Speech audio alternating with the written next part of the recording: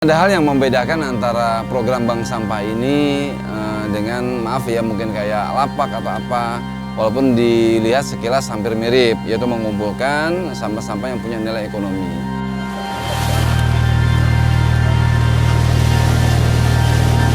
Saya ya memang mengawalnya bukan dari orang yang paham tentang sampah ya.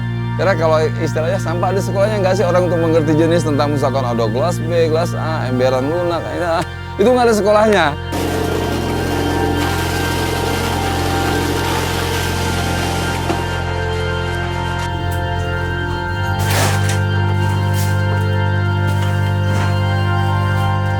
Saya ingin katakan, kalau kita dagang ya nggak ada dagangan yang selaris dagang sampah.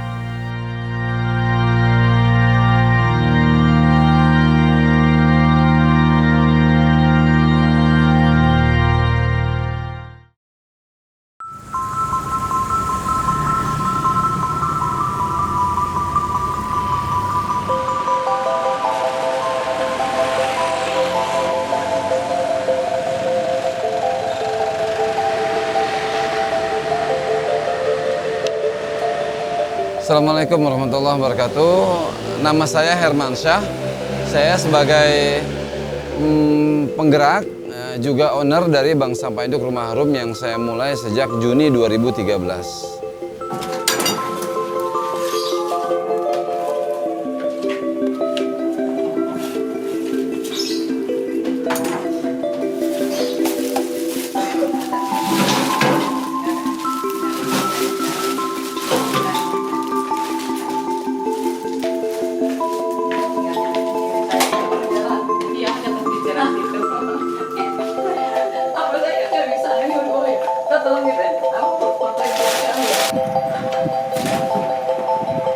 Kalau alasan saya membentuk Bank Sampah Induk Rumah Harum ini diawali memang dengan kepedulian tentang masalah sampah di Kota Depok yang seakan-akan tidak pernah bisa ada penyelesaiannya.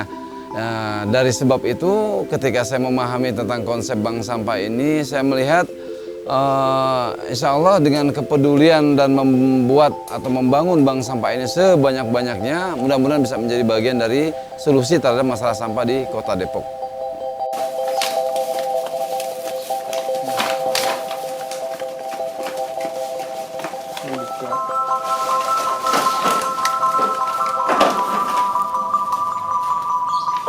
Pegang.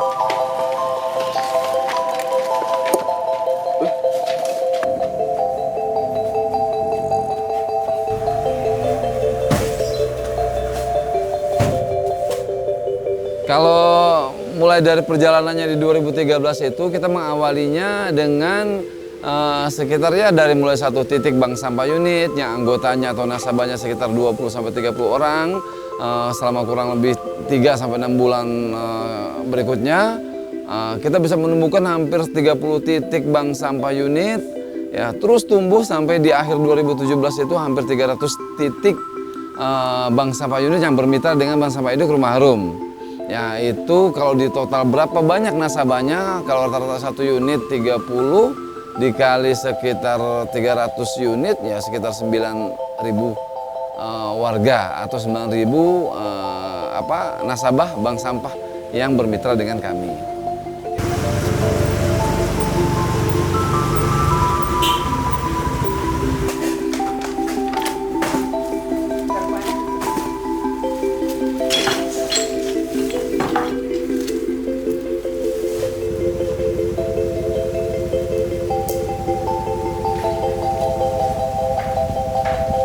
Pas banyak-banyaknya emang di 2017 ya, itu sehari bisa nyampe 2 ton masuk bang, sampah itu. Dan kita pengangkutan bisa sampai jam 10 malam.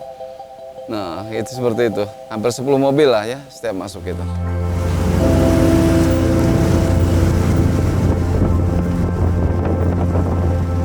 Jadi kami di Bank Sampah Unit itu kami berikan seperti price list ya, terus juga daftar jenis-jenis sampah, sampai kami berikan juga atau buat flyer ya tentang contoh gambar-gambar dari jenis-jenis sampah yang kami terima.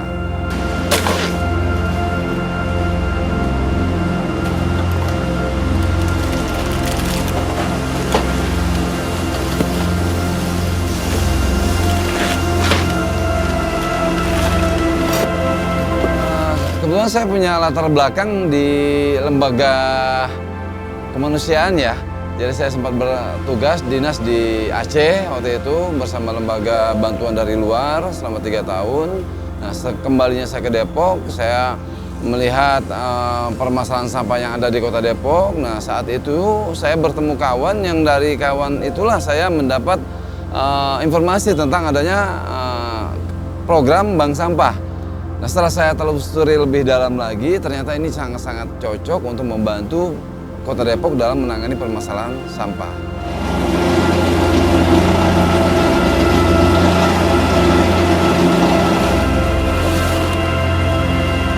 Kalau proses menabungnya memang pertama kali kita menyampaikan kepada kawan-kawan kita, mitra-mitra kita pengurus bank sampah bahwa kita berkegiatan ini semata-mata didasari dengan kepedulian kita terhadap masalah lingkungan.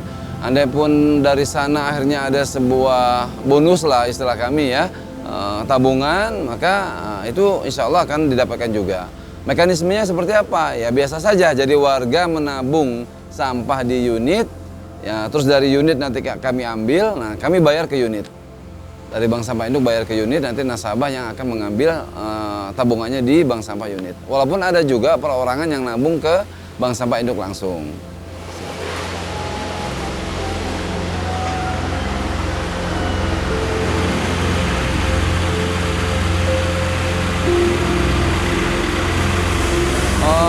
Kita sebut ya, kalau buang sampah kan memang fokus menangani sampah anorganik. Nah, dari sampah anorganik itu ada 5 jenis lah ya, 5 jenis besar dari sampah anorganik. Ada jenis kertas, jenis plastik, jenis logam, pecah belah, sama jenis lain-lain istilah kami ya, walaupun ada mungkin bahan atau apa ya. Nah, jenis kertas itu kita bagi lagi menjadi ada sekitar 9 item. Ada yang kita sebut khusus kardus, kertas putihan, koran, kertas semen, buku majalah, ya. Ada yang kita sebut duplek, itu ya seperti itu rinciannya. Terus kembali kedua ke jenis terbesar yaitu plastik.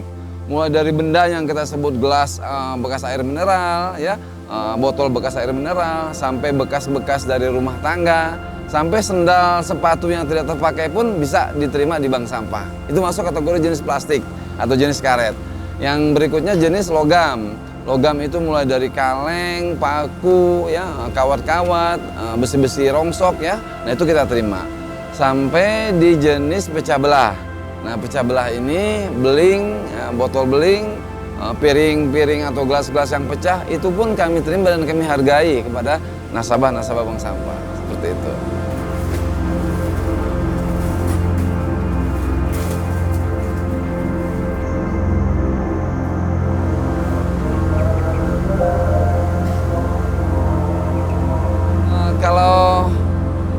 Istilahnya tuh ditanyakan setelah dikumpulkan di bank sampah induk dikemanakan sampahnya. Nah memang sebagian besar itu semua kita daur ulang.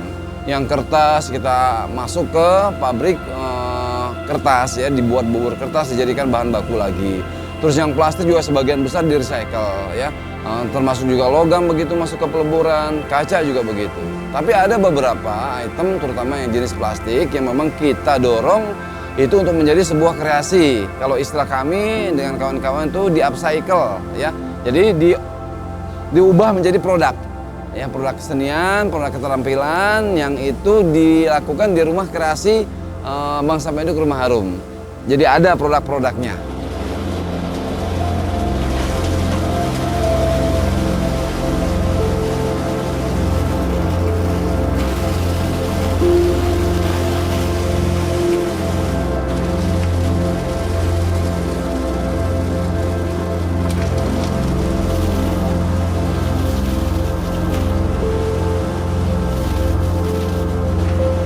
Kalau untuk respon dari pemerintah itu jelas ya, apalagi kami dengan teman-teman bank sampah di Depok ini di tahun 2017 kan Depok pernah mendapatkan Adipura ya, yang salah satu poin tertingginya itu karena sangat banyaknya bank sampah di kota Depok ini. Dan bertepatan dengan itu juga Bapak Wali Kota kita juga mendapatkan penghargaan sebagai Bapak Wali Kota terinspiratif. Karena apa? Karena bank sampahnya. Setelah dirasakan manfaat-manfaat dari bank sampah, maka otomatis pemerintah memberikan sebuah support yang sangat penuh lah ke kami ya. Salah satunya kami mendapatkan lahan untuk gudang kami, terus kami juga mendapatkan kendaraan operasional dan juga mendapatkan bantuan alat pres ya, seperti itu. Ke bawah ke kawan-kawan yang di lapangan, mereka semua dijadikan sebagai mitra sosialisator terkait dengan konsep penanganan bank sampah.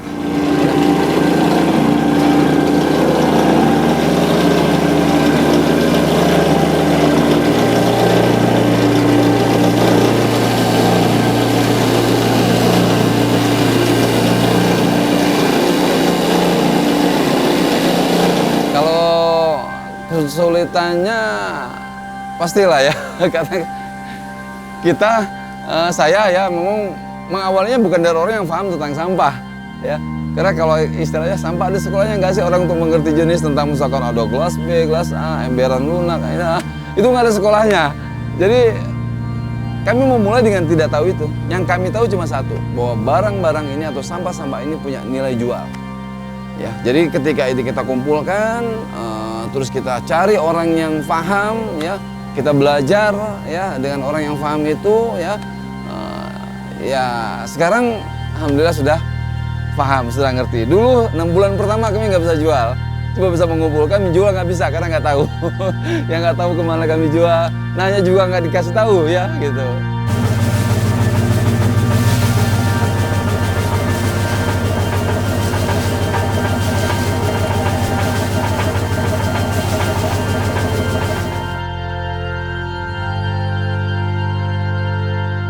Yang membedakan antara program bank sampah ini dengan maaf ya mungkin kayak lapak atau apa, walaupun dilihat sekilas hampir mirip, yaitu mengumpulkan sampah-sampah yang punya nilai ekonomi. Tapi sejatinya konsep bank sampah ini adalah pure mengedukasi masyarakat. Jadi diawali kita mengedukasi tentang bahwa ternyata dari sampah yang kita pahami selama ini kalau kita pilah itu ada hampir 30% punya nilai rupiah. Dan kalau itu dikumpulkan, masuk ke yang kita sebut program bank sampah, maka dia punya nilai. Nah, edukasi itulah yang sebenarnya menjadi dasarnya. Karena mengedukasi yang menjadi dasarnya, maka kita juga punya program-program turunan dari bank sampah ini. Dari sekedar mengumpulkan, apa tadi yang saya sebut, ada rumah kreasi, ada rumah edukasi. Rumah edukasi itu apa? Ketika ada mungkin siswa-siswi sekolah ya, baik SD, SMP, ya, maupun TK berkunjung, untuk bisa diperkenalkan tentang jenis-jenis sampah yang bisa didaur ulang, maka di situ kami mengedukasi mereka. Terus kami juga ada istilah kami itu layanan jemput sampah terpilah. Jadi masyarakat yang memang di wilayah yang tidak ada bank sampah, tapi dia ingin mengumpulkan, bisa nggak dia bekerja sama dengan kami? Bisa. Bisa dalam artian ketika kumpul mereka telepon kami jemput, atau mereka mengantar langsung ke tempat kami. Yang terakhir program kami adalah program sedekah minyak jelantah. Jadi 5 liter minyak jelantah, maka kami berikan 1 liter minyak baru. Dan terakhir lagi adalah yang terbaru, kami sudah buat drop box minyak jelantah. Jadi bisa orang nuang langsung ke drop box itu.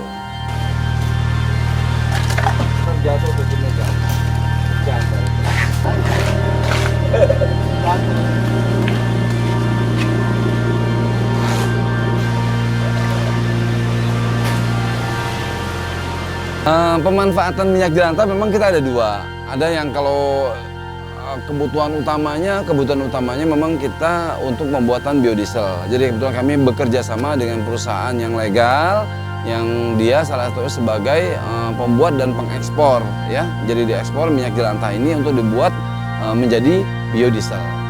Yang satu lagi, sebagian yang mungkin masih bersih, kita jadikan sebagai bahan baku untuk membuat sabun yang dibuat oleh ibu-ibu bank sampah di sekitar tempat tinggal bank sampah induk Rumah Harum. Seperti itu.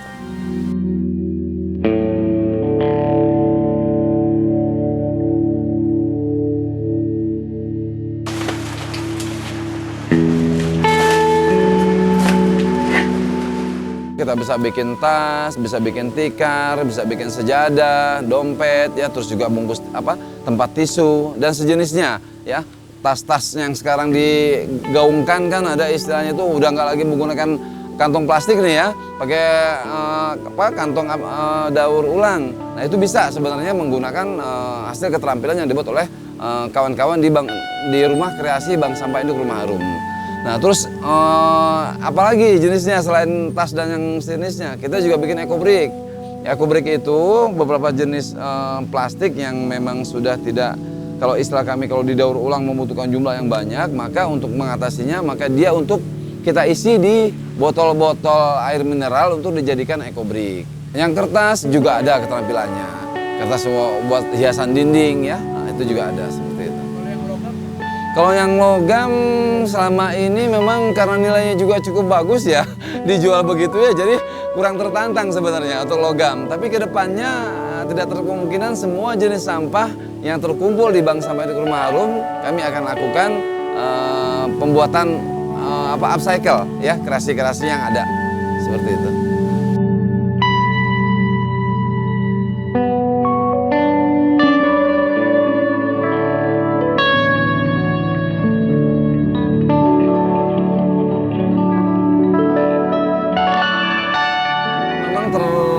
Kesan ini sederhana ya, mengumpulkan sampah ini. Tapi sebenarnya ketika kita semua mau melakukan pemilahan seperti ini, banyak yang bisa kita selamatkan. Selain yang terkumpul ini tidak lagi menjadi sampah yang berserakan di mana-mana, maka yang terkumpul ini pun sudah bisa menyelamatkan beberapa kandungan bumi. Ya. Saya ambil contoh kayak kertas ya. Kertas, pabrik kertas itu menggunakan bahan baku utamanya itu kan untuk kertas itu dari pohon. Makanya kalau ada kasus penebangan hutan yang sedemikian ya sulit kendalikan karena memang kebutuhan manusia akan kertas juga luar biasa.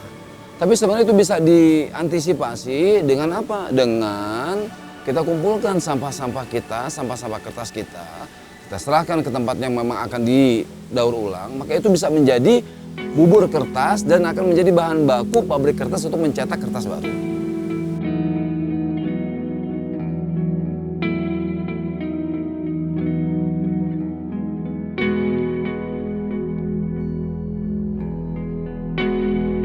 Kalau manfaat kami yakinkan bahwa ketika sampah-sampah kita semua ya sudah dipilah dari rumah, terus hasil pilahannya dibawa ke bank sampah unit. Dari Bank Sampah Unit masuk ke kami Bank Sampah Induk, dan dari kami masuk lagi ke pabrik kerjasama, dan di situ ada nilai kapital, nilai ekonomi yang berputar, maka otomatis dia akan memberikan manfaat dari sisi apa? Dari sisi peluang kerja. Di kami saja pernah kami mempekerjakan 14 orang, dan itu kami gaji semua dari hasil olahan sampah, ya bukan dari mana-mana, dari olahan sampah, ya dari harga yang kita bayarkan ke nasabah istilah kami yang menjadi tabungan mereka. Nah, terus di kami dengan pemahaman yang lebih, kami lebih rinci lagi memilahnya, kami sortir lebih detail lagi. Setelah itu kami jual dengan harga yang lumayan lebih tinggi. Nah, dari margin itulah yang sebenarnya bisa akhirnya kita berbagi menjadi dana yang bisa menggaji para pekerja kami. 14 orang. Yang 14 orang kalau seorang rata-rata misalkan 2 sampai 3 juta saja sebulan. Ya, jadi udah bisa menghidupkan. Makanya saya pernah sampaikan kepada para pengurus bank sampah juga para nasabah, Anda itu udah berbuat baik ya. Mudah-mudahan ini jadi amal jariah sosial kita semua ya, kita memberikan banyak manfaat buat mereka. Nah, buat dari yang menabung sendiri bagaimana? Ya dia punya tabungan. Ya, jadi ada ibu-ibu ya atau seorang nenek yang memang rajin mengumpulkan itu setahun karena udah bisa dapat 1 juta, ada. Di salah satu bank sampah unit di daerah Tapos ya, itu ada yang punya tabungan setahun itu 1 juta dari sampah.